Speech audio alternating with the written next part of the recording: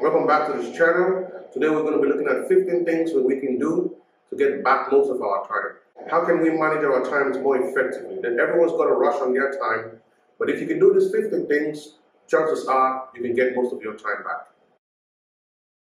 The first thing you need to do to manage your time more effectively is you have to recognize that time is the most valuable thing that you have. Jim Rohn says time is more valuable than money. You can lose money and get it back, but once you lose time, you don't get it back. So manage your time. Understand that time is the most valuable thing that you have. You see, unsuccessful people will spend their time to save money and other things, but successful people have learned that they can spend anything just to claim back some time. Time is more precious. If you understand that, then the rest gets easier. Do the most important things first. In your day, you're going to have so many things that you want to do. Even in the week, in a month, and in your whole life, you have a lot of things that you want to do. But you have to stop and ask yourself, what's the most important thing? So write down your long-term plans, break them down into small chunks of activities, and then prioritize. And ask yourself, what's the most important thing that I have to do right now? And get those ones done first. Number 3, work from a calendar. Most of us probably have a to-do list. Every day we write down a list of things we want to get done, and that's fine. But the problem with a to-do list is that the to-do list does not allow you to appropriate your time more specifically. If you work with a calendar though, you're able to say, well, of all the things I have to do today, I have to do this one by this particular time. I have to do this one at this particular time. And so you're able to put activities in their right order. And if you're working with a week's calendar or a month calendar, even a year's calendar, instead of having a to-do list of all the things you want to do in a year, or if it's a day calendar, these are the things I want to do at this time of the day. Also, your calendar may be a manual calendar, but these days most people prefer to use a digital calendar. A digital calendar, you can sync it with your device, with your laptops, with your Gmail, whatever platforms you're using, and you can carry it anywhere you go to. Overcoming procrastination. You know what they say? Procrastination is a thief of time. Procrastination allows you to choose only the easy things now and leave the more difficult things for later. But procrastination also denies you the rewards of getting the job done. This is what you must do. Picture yourself and say, what do I want to do? And what will be the rewards if I get those things done now? You must see yourself in the future, and then you must try to be that person. You must try to get the rewards of doing the job right now. And that can help you overcome procrastination. Don't start things up till later. Get them done now if you can. Pace yourself. Learn to pace yourself. Learn to decide, what are my limitations? I can only get this done within a specific day and still keep my mind sane, still keep my body in good shape. But if you stretch yourself out too thin, you might have a problem. Decide what you can get done now and what you can get done later. Keep a balanced work-life schedule. Always have a notebook with you handy. This is very important because then you might just bump into an idea, or you might bump into someone that can give you an idea, or you might just be walking down the street and you could see an opportunity. You don't want to miss that. Don't miss anything. So always have a notebook ready. Now, today people have notebooks on their mobile phones, on their iPads, and whatever devices they might be carrying around with them, but always have something handy where you can take notes down.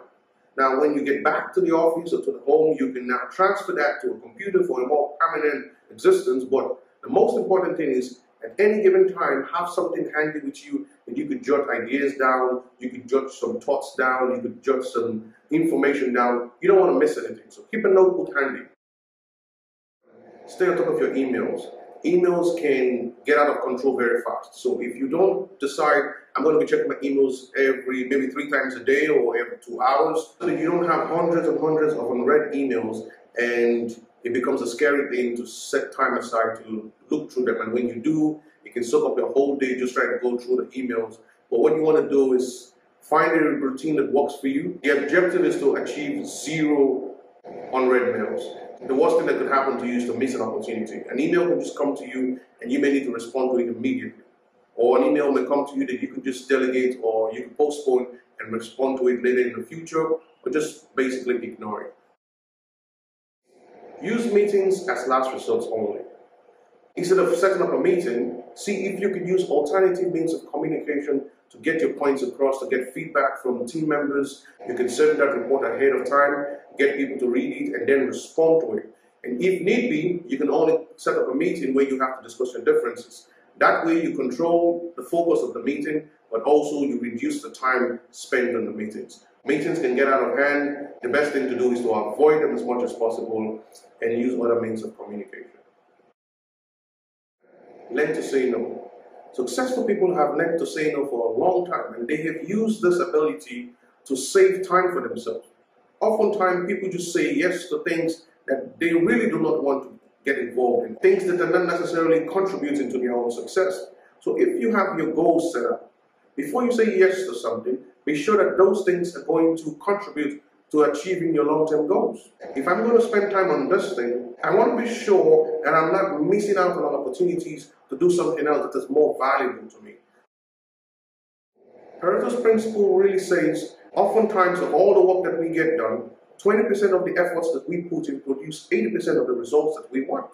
And the flip side of that is that 80% of the work that we get done only produces 20% of the work that we desire, or the results that we desire. Which of these are the most valuable? Which ones are going to produce the results that I want to do? And spend time on those 20% of the jobs that are going to give you 80% of the results that you want. And you can spend less time on the 80% of the work that you do that only produce 20% of the results that you want.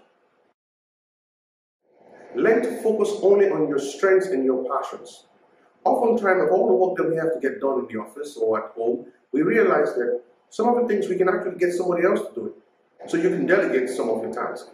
You can also automate some of your tasks. Instead of you manually writing things down, you can use softwares like Excel and other applications out there that can help you automate some of the processes that you're doing, or maybe some bespoke application that is designed specifically to fit the job that you want to get done. The last one you can also do is you can outsource some of the work. So we outsource those things to others who might be best suited and have more time to focus on those things, and then we can save back that time and we can use that time to do something more productive. If you were the best person in the office for customer service and customer relation, then focus on that and let somebody else who is better at doing data entry or data analysis focus on those tasks, and you can focus on where your strengths are and where your passions are. That way you can save time doing the things that mean most to you. Team your work days. Teaming your work days is very useful and can help create collective concentration. It can also spur productivity within the team.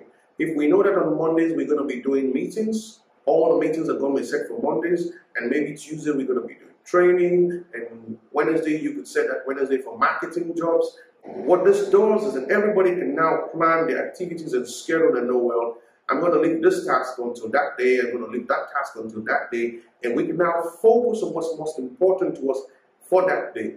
And this can improve productivity significantly. Understand the 5 minutes rule. The 5 minute rule says anything that you can get done right now in less than 5 minutes, get it done now. Learn to start early. Two things happen when you try to work early in the morning. You're better relaxed and you have less distractions. So this provides an opportunity for you to improve your productivity and your results at the same time. Stay healthy.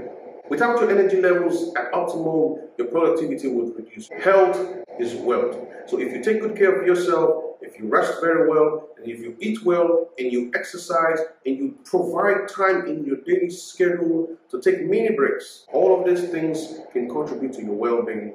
You will see your productivity improve. Most importantly, when you're scheduling your time, make room for relaxation.